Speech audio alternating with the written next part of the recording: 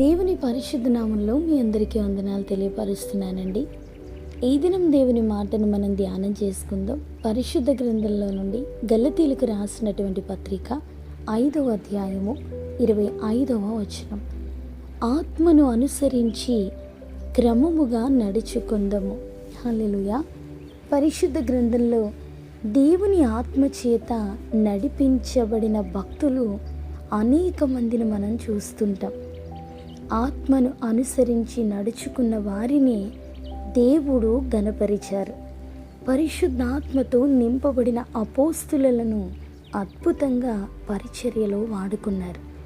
అపోస్తుల కార్యాలు 5వ అధ్యాయము 1వ వచనంలో అననీయ సప్పీరాలనే దంపతులు వారి భూమిని అమ్మి వెలలో కొంత దాచుకొని పరిశుద్ధాత్మను మోసపుచ్చుటకు సాతాను ద్వారా ప్రేరేపించబడ్డారు.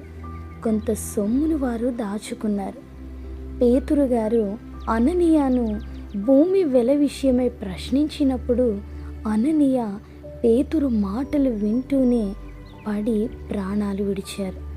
ఇంచుమించు 3 గంటల సేపటికి వాని భార్య జరిగినది ఎరుగకే లోపలికి వచ్చినప్పుడు పేతురు, మీరు ఆ భూమిని ఇంతకీ అమ్మితిరా, నాతో చెప్పమని ఆమెను అడిగినప్పుడు సప్పీరా అవును ఇంతకే అని చెప్పగా పేతురు గారు, ప్రభు యొక్క ఆత్మను శోధించుటకు మీరెందుకు ఏకీభవించితిరి అని దేవుని ఆత్మను అనుసరించి నడవని ఆమెతో మాట్లాడుతుండగా వెంటనే ఆమె అతని పాదముల యొద్ద పడి ప్రాణము విడిచింది. దేవునిలో జీవిస్తూ దేవుని వాక్కులను వింటూ అద్భుతాలను చూస్తూ వాటిని వారు అనుభవిస్తూ క్రమమైన జీవితం లేక వారు ఆ దినాన మరణించారు.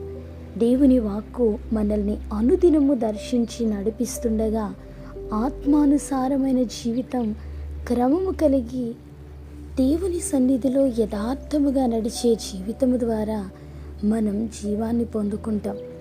వారు అపోస్తులతో ఉంటూ అపోస్తుల బోధన వింటూ వారితో సహవాసం చేస్తూ ఆత్మను మోసపుచ్చాలని ఆలోచించారు. వారెప్పుడైతే ఆత్మానుసారంగా కాకుండా వారు దేవునికి వ్యతిరేకంగా ఆలోచించారో వారి యొక్క జీవితాలలో మరణం సంభవించింది. నేడు అనుదినము దేవుని వాక్యం ద్వారా మనలో ఉన్నటువంటి లోపాలను సరిచేస్తుండగా మనము ఏ రీతిగా జీవించాలో దేవుడు మనకు బయలుపరుస్తుండగా వాటిని మనం ప్రక్కన పెట్టి మనము వాత వేసిన స్వభావం కలిగిన వారమై ఆత్మకు వ్యతిరేకంగా జీవించినట్లయితే నిత్య నరకానికి పాత్రులుగా ఎంచబడతాం. కనుక ఈ దినాన్న దేవుడు మనకిచ్చినటువంటి ఈ మాటను బట్టి ప్రతి ఒక్కరూ కూడా ఆత్మానుసారంగా క్రమముగా జీవించాలి. అట్టి కృప దేవుడు మనందరికీ దయచేయనుగాక. ఆమేన్.